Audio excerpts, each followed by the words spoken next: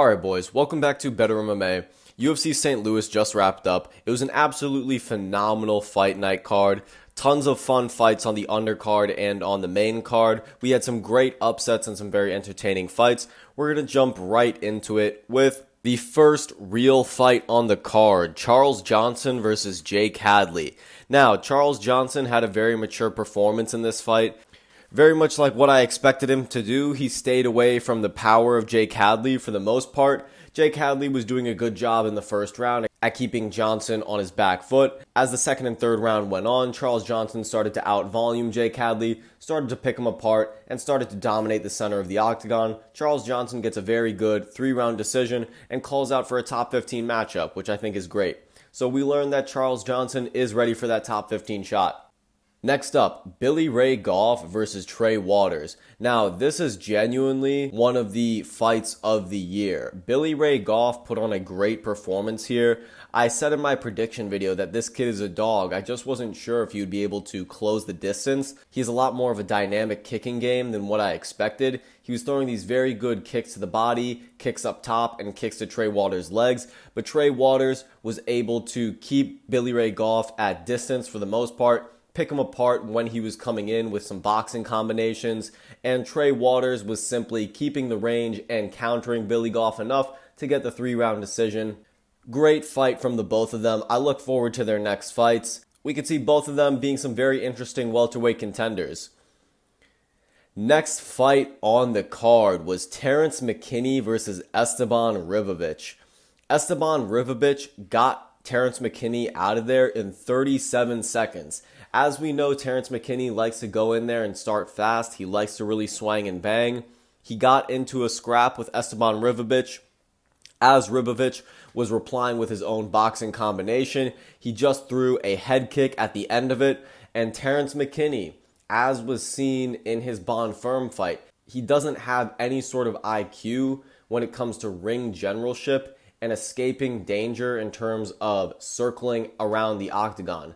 Instead of trying to circle and cut an angle when Ribovich is hitting him with this combination, he chooses to go straight back, and because Ribovich throws up that high kick, it connects with Terrence Mckin absolutely flush. Terrence Mckin gets knocked out cold and really solidifies himself as one of the most coin flip fighters in the UFC lightweight division right now. Great win for Esteban Ribovich. Next fight on the card, which I thought was one of the most exciting fights of the night, Chase Hooper versus Vyacheslav Borchev. I feel bad that I didn't pick Chase Hooper in this fight, but at the end of the day, we hadn't really seen Chase Hooper put up against any sort of decent strikers since he last got knocked out. Now, Chase Hooper has since then adopted a karate style, and he's really transformed his stand-up game. Within the early moments of the first round, he actually knocks down Vyacheslav Borchev. And from that point on, he puts on this like white boy Charles DuBronx performance. Shout out Bedtime MMA for calling this sort of performance from Chase Hooper. He was all over Borchev in the grappling, attempting submissions, putting Borchev in tough positions. As it got to the second round, Chase Hooper really did much of the same. He was able to get Borchev into the clinch. He was able to close the distance a lot better without getting hit. Chase Hooper looked really dominant, the most dominant he's ever looked in his career. Borchev is known for being a one-dimensional fighter, and that it's easy to take him down. Chase Hooper was attempting a submission. Borchev slaps Chase Hooper's back, but in no sense or in no shape or form was it an actual tap. Keith Peterson, the referee, jumps in and stops the fight. Absolutely horrible stoppage by Keith Peterson. It really ruined the stoppage and the ending for Chase Hooper when he was having the best performance of his career. I would have liked to seen him actually go on and finish the fight, whether Borchev gets out of that choke attempt or not. Still a great performance from Chase Hooper, even though I feel like the commentators were hyping him up way too much after the fact. You had Laura Sanko saying, Chase Hooper is a dangerous man, and Michael Bisping is saying Chase Hooper is a contender. He's really not a contender. We have to see him up against a more well-rounded lightweight prospect, because even though Borchev does have good boxing and kickboxing on the feet, he's known to be very one-dimensional, And the lightweight division is known for how many dangerous, well-rounded fighters they have outside of the top 15. So Chase Hooper in no sense is a serious contender, not until we see him up against somebody in the higher ranks of the lightweight division. Moving on to the main card, Walder Cortez Acosta versus Bellis de Spain. Now, I picked Bellis in this fight, but I wasn't going to be too surprised if Walder Cortez Acosta showed off his veteran medal and started to pepper de Spain with shots. What I was even more surprised by was how well Cortez game planned his takedowns throughout the fight. He was out-wrestling Bellis de Spain, and for as long as things stayed on the feet, Bellis was not hitting Cortez with anything heavy. He was throwing a lot of tapping taekwondo kicks, but nothing that was really making Acosta worried about the power of Bellis de Spain. And of course, the grappling of Cortez Acosta helped to gas Bellis as the fight went on. So a really mature performance from Cortez Acosta. If we weren't ready to see him up against top 15 talent before, this fight definitely shows that he's ready to face those legitimate challengers in the top 15 division. He's a very interesting dark horse of the heavyweight division. So we've learned that Cortez Acosta is that dark horse to root for. Moving on to Shawn Woodson versus Alex Ceres. I thought there was a chance that this fight would be quite close, and it ended up being the case. Alex Ceres didn't necessarily engage in the grappling in the way that I would have liked him to. I picked Shawn Woodson in this fight, but Shawn Woodson didn't necessarily have the dominant striking performance that I would have liked to see out of him.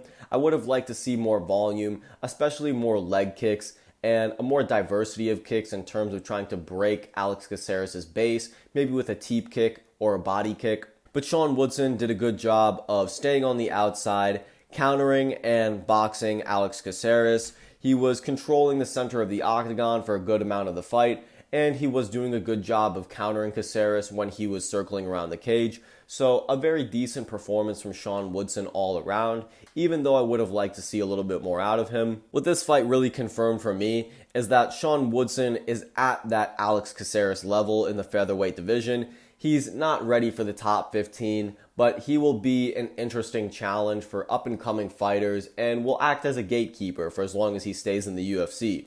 Now, speaking of gatekeepers, Diego Ferreira versus Mateusz Rebecki. This was one of the most fun and entertaining fights of the night. I really enjoyed this fight, even though I picked Mateusz Rebecki and had a lot of high hopes for him in his future. I still think he can learn a lot from this performance, but essentially he comes out very hot in the first round, throwing some very, very big shots, and he actually knocks down Diego Ferreira with one of these shots. Mateusz is looking good in the first, taking down Diego Ferreira, having a very strong performance, but given that he was pushing himself so hard, of course he starts to gas in the second and third, and Diego Ferreira, being the veteran fighter that he is, finds his shots, finds his range, starts to make it hard for Mateusz once Mateusz is going for the grappling exchanges. And as it got to the third round, Diego Ferreira was essentially getting whatever he wanted out of Mateusz Rebecki, whether it was on the feet or on the ground. He eventually gets on top of Mateusz Rebecki on the ground, starts pounding him out with a few seconds to go in the fight, and the referee calls the fight for a late third round KO TKO for Diego Ferreira. At the end of the day, I can't be too upset about this performance because Diego Ferreira is one of the most underrated veterans in the lightweight division, and he is always a tough fight for anybody who he faces. So this was great matchmaking by the UFC to really show us where Mateusz Rebecki is at before he gets shot up to the higher ranks of the lightweight division. So Mateusz Rebecki does still have a bright future, but he really needs to learn from this fight and come in with a better game plan next time. Speaking of better game plans, Alonzo Manfield versus Carlos Alberg. Alonzo Manfield was fighting this fight as though he was in a dream. He immediately rushed at Carlos Alberg as though he was a football player, and Carlos Alberg simply cut a slight angle, countered the squared up Alonzo Manfield. Alonzo was rushing in, reckless, very bad defense.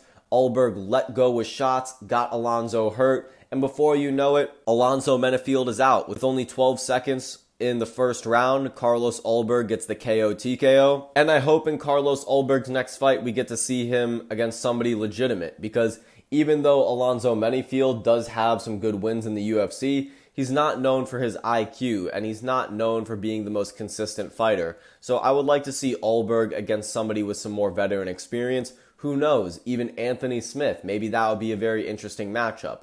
I don't think they would shoot Alberg up that high, but somebody with that veteran experience that could test Alberg would be a very interesting matchup.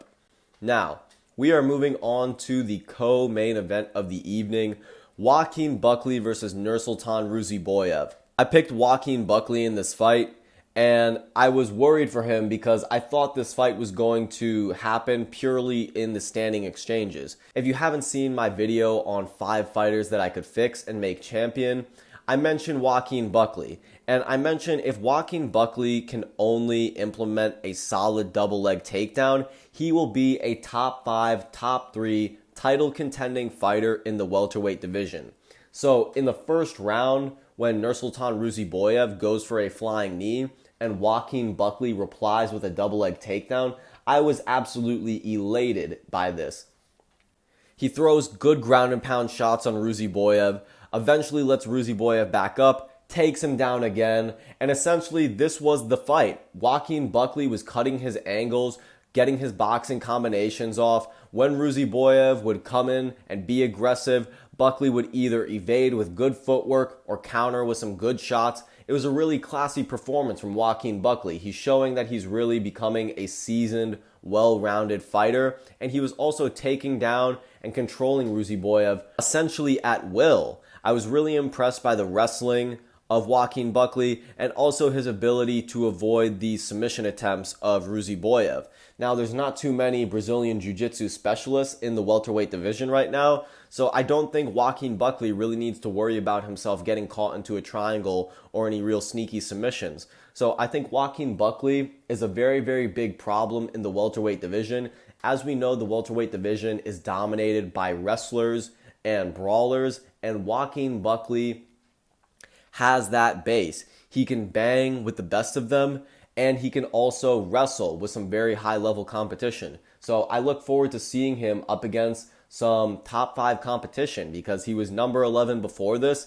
We need to see him up against a up-and-coming contender. Stay tuned for my video on who everybody should be fighting next. That will be coming out very soon. The main event of the evening. And what did we learn and take away from this? Derek Lewis is still Derek Lewis. Rodrigo Nascimento got his chances in the fight when Derek Lewis would engage in the clinch. He even got Derek Lewis's back at one point. So Rodrigo Nascimento had his moments. If he was a very talented heavyweight, he would have been able to finish Derek Lewis in some of these moments. But Derek Lewis, being the veteran fighter that he is, stayed calm in tough situations, threw great shots against Rodrigo when he got his opportunities, and he ended up KOing Rodrigo Nascimento early on into the third round. Rodrigo simply couldn't deal with the power of Derek Lewis when he was in boxing range of Derek Lewis, and when you're getting hit by Lewis, you're going to go down eventually. So it was a great classic Derek Lewis performance, absolute legend of the UFC.